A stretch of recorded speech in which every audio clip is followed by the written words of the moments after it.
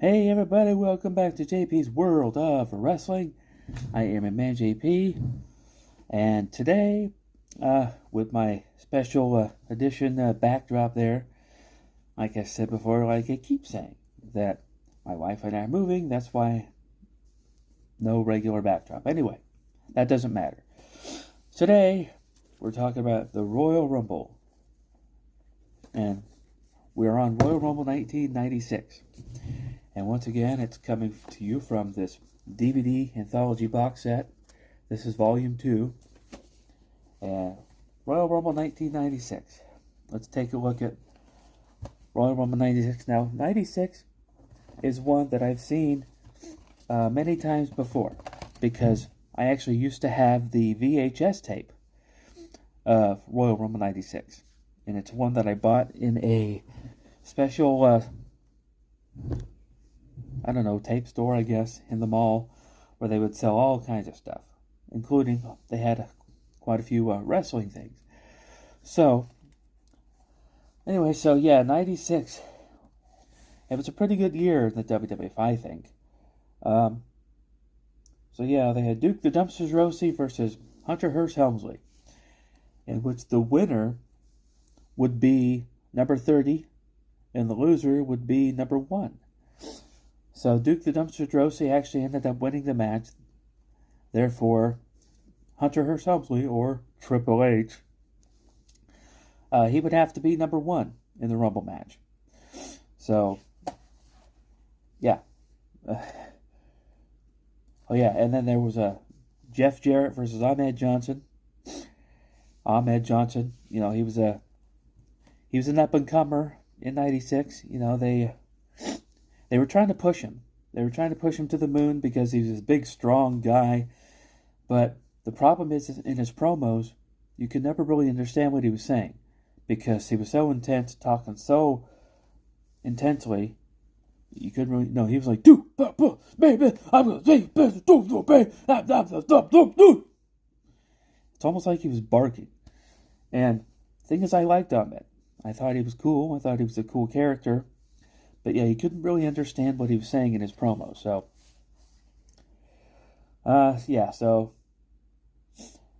tag team titles, the Body Donnas versus the Smoking Guns. And so the Smoking Guns were the tag team champions. And the Body Donnas, which was Skip and Zip, managed by Sonny, they were chasing the titles. So, Smoking Guns ended up winning the match and retaining the titles. Now, eventually, Sonny would leave the Body Donnas, and then she would manage the Smoking Guns after the Smoking Guns would turn heel. Actually, she started managing them, and then they turned heel, became bad guys. They became like outlaw cowboys. Okay, so then they did a Billionaire Ted segment. During this time, WWF was sort of making fun of WCW, because WCW was beating them in the ratings every week, so they had to do something. So they came up with this Billionaire Ted character, which was supposed to be Ted Turner. And then they had the Huckster, which is supposed to be the Hulkster, and the Nacho Man, which is supposed to be, of course, Randy Savage. And they would just make fun of the fact that WCW was using older, former WWF guys instead of making new stars. Anyway, that was kind of the start of the Monday Night Wars. Actually, this is during the Monday Night Wars. So, Intercontinental Championship match, Goldust versus Razor Ramon. Razor Ramon wins the title here. Razor Ramon had been sort of taunting Razor Ramon at this point in storyline. And I think the real life Scott Hall was kind of, uncomfortable doing it, because Goldust would do these things where he's like, making like advances towards him, doing these promos where like, "Oh, I want to be with you, Mr. Razor Ramon. Oh, yeah. Oh."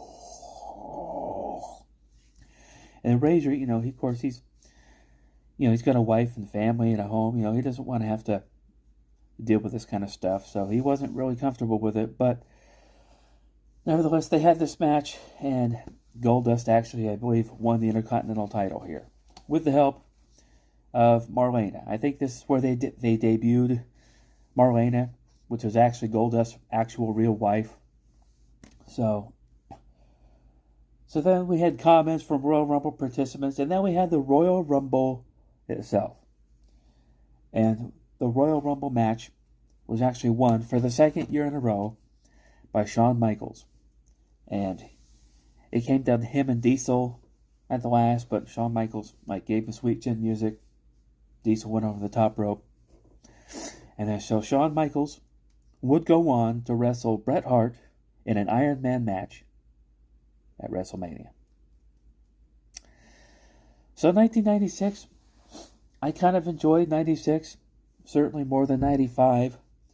And I don't know why, because 96 was kind of more of the same thing, where they had a lot of cartoony, gimmicky wrestlers, but things are about to pick up in a big way for the WWF. So that was the 96 Royal Rumble. What did you think of the Royal Rumble? Did you like it? Did you not like it? Why or why not? Leave them in the comments below, right here. So if you're new, feel free to please go ahead and like and subscribe and share if you want. And I will see you next time.